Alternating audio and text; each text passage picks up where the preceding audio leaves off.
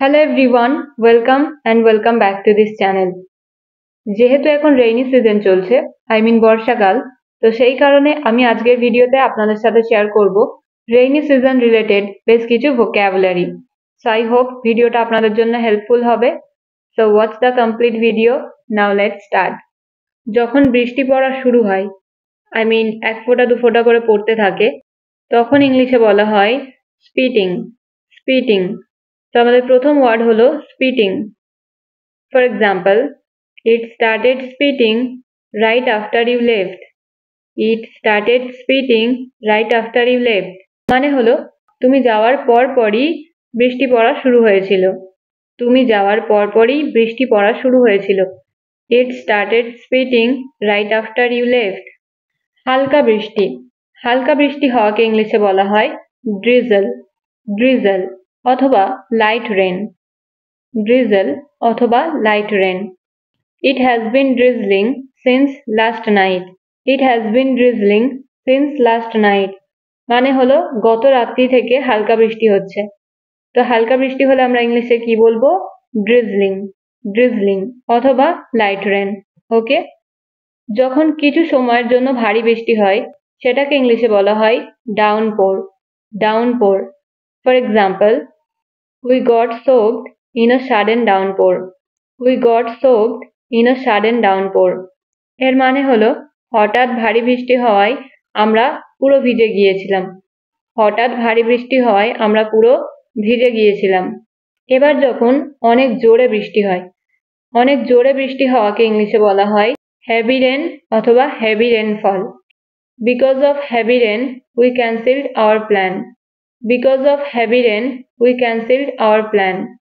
ভারী বৃষ্টির কারণে আমরা আমাদের প্ল্যান ক্যান্সেল করেছি।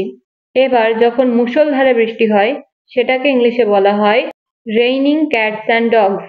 Raining cats and dogs. গতকাল মুষলধারে বৃষ্টি হচ্ছিল। গতকাল মুষলধারে বৃষ্টি হচ্ছিল। Yesterday it was raining cats and dogs. Yesterday it was raining cats and dogs. মানে গতকাল মুষলধারে বৃষ্টি হচ্ছিল। তো মুষলধারে বৃষ্টি হওয়াকে ইংলিশে বলা হয় রেইনিং ক্যাটস অ্যান্ড ডগস।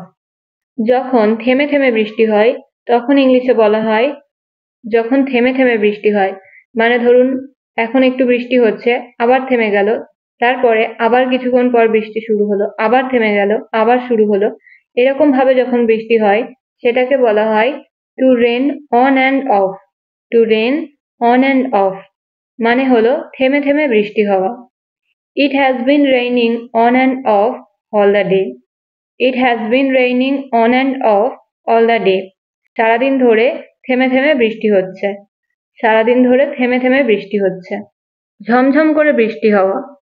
ঝমঝম করে বৃষ্টি হওয়াকে ইংলিশে বলা হয় ইটস পোরিং। বাইরে ঝমঝম করে বৃষ্টি হচ্ছে। It's pouring outside. It's pouring outside. Next হলো শিলাবৃষ্টি। শিলাবৃষ্টিকে ইংলিশে বলা হয় healing. Healing. It's healing, don't go outside. It's healing, don't go outside মানে হলো শিলাবৃষ্টি হচ্ছে, বাইরে যেও না। মানে আমরা কাউকে বলছি যে এখন শিলাবৃষ্টি হচ্ছে, বাইরে যেও না। তো শিলাবৃষ্টিকে ইংলিশে বলা হচ্ছে হেলিং।